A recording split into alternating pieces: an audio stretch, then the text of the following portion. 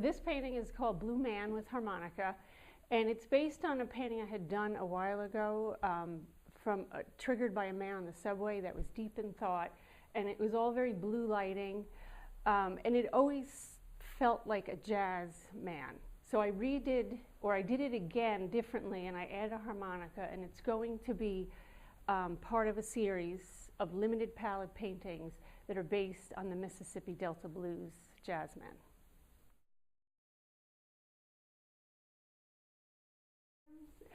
Yeah, I actually paint in acrylic and watercolor, and I illustrate in watercolor. So I like to bounce around a lot and keep it more fresh and interesting. And it depends on what I'm creating, which medium I choose.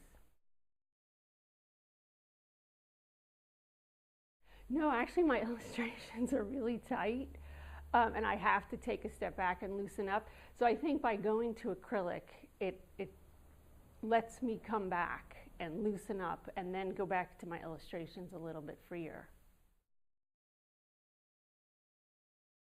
I studied fashion design originally, but I was always drawn to shoes. It always seemed like shoes is where an outfit for me starts.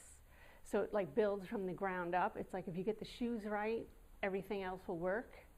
So I've illustrated hundreds of shoes, and I've made a lot of illustrations of shoes out of unexpected things, out of food and flowers, and made stuff that is obviously not wearable, but it's very whimsical.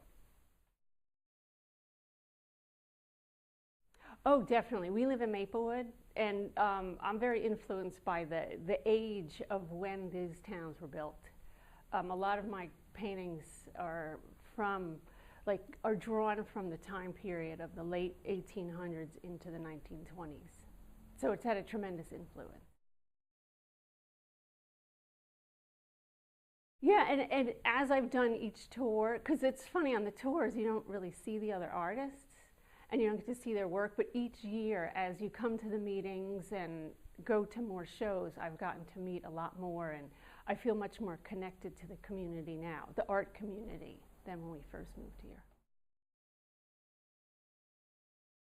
Come to the studio tour. Yes, great. Talk a little bit about how important that is. Well, it's very important. I mean, there's the people who exhibit in their homes and the people who exhibit in, in the group spaces.